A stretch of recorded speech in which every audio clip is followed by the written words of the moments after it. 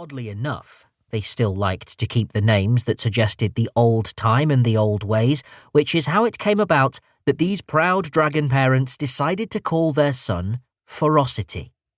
They thought it sounded very good with their family name, which was Bite Your Head Off.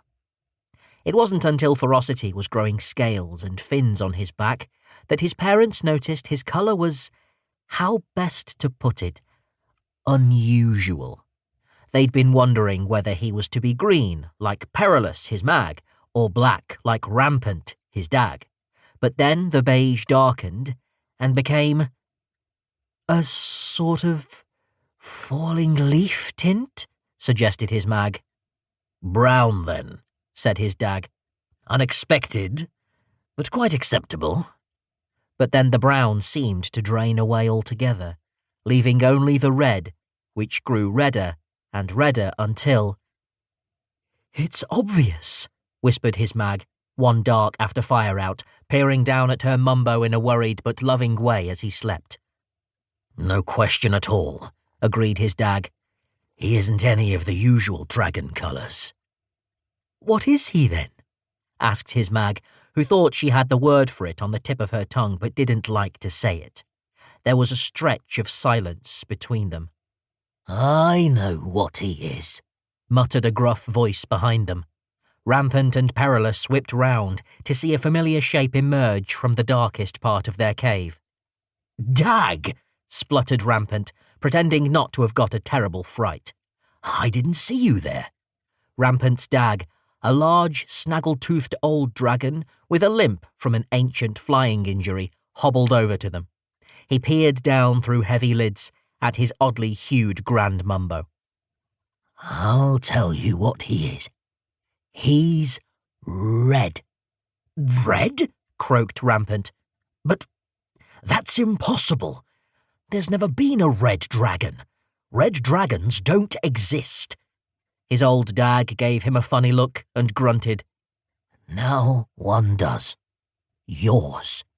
Ferocity's parents talked it over that dark, when Grandad had hobbled back into the shadows to a crevice in the rear of their cave, which he shared with his pair. Do you think there's anything actually wrong with being red? Asked Perilous hesitantly. Why would there be? Replied Rampant. Red makes him, different? Put in Perilous. Well, yes, but every dragon's different in his or her way. Being red, that makes him more interesting. Right, that's exactly what it makes him. And special, added Perilous, peering down at Ferocity, who looked adorable with his tail point in his mouth. Oh, yes, very, very special. If our Mumbo's red, my dear, then red's what he's supposed to be. There was a moment of silence. Perhaps there are others, said Perilous suddenly. Red dragons, I mean. Somewhere out there in the world. Yes, I expect so. Lots of them, agreed Rampant. But we never go anywhere, so I guess we'll never know. Perilous dropped her head and rested it on her pair's haunch. He covered her tenderly with his wing. You're so wise, my mild, decent love, she growled softly. Growls were fierce once, used to frighten uprights mostly, but now they were only affectionate. Ferocity's a wonderful, strapping Mumbo, said Rampant, and for my part, I'm proud he's different. They crouched there quietly. Perilous felt a wave of contentment wash over her until, out of the corner of her eye, she noticed a trace of brown smoke drifting from Rampant's nostrils. Her head jerked up with sudden concern. What's the matter? What? Nothing. Why'd you ask? He hastily sniffed the smoke back up his nose. You never blow smoke like that. Not unless something's wrong. Rampant's think space was filling with not true thinks, but his pair knew him too well, and deep down he was bursting to tell her anyway. Our coal supplies are running low, he said in a sort of spluttering cough. I found out. It's all the council can talk about.